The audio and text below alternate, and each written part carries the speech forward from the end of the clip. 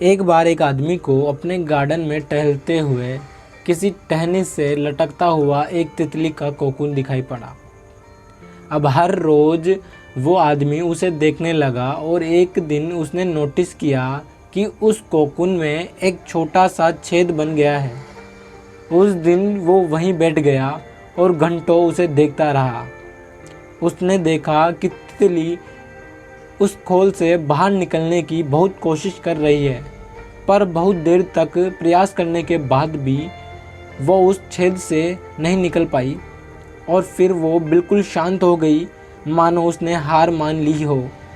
इसीलिए उस आदमी ने निश्चय किया कि वो उस तितली की मदद करेगा।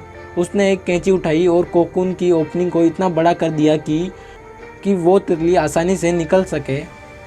और यही हुआ, तितली बिना किसी संघर्ष के आसानी से बाहर निकल गई।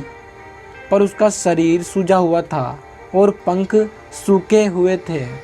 वो आदमी तितली को ये सोचकर देखता रहा कि वो किसी भी वक्त अपने पंख फैलाकर उड़ने लगेगी, पर ऐसा कुछ भी नहीं हुआ। इसके विपरीत बेचारी तितली कभी उड़ ही नहीं पाई और उसे अपनी बाकी की ज़िंदगी इधर उधर घिसटते हुए बितानी पड़ी। वो आदमी अपनी दया और जल्दबाजी में ये नहीं समझ पाया कि दरअसल कोकून से निकलने की प्रक्रिया को प्रकृति ने इतना कठिन इसलिए बनाया है ताकि ऐसा करने से तितली के शरीर में मौजूद तरल पदार्थ उसके पंखों में पहुंच सके और वो छेद से बाहर निकलते ही उड़ सके।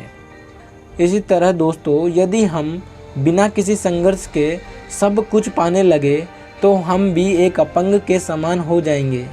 बिना परिश्रम और संघर्ष के हम कभी उतने मजबूत नहीं बन सकते जितनी हमारी क्षमता है।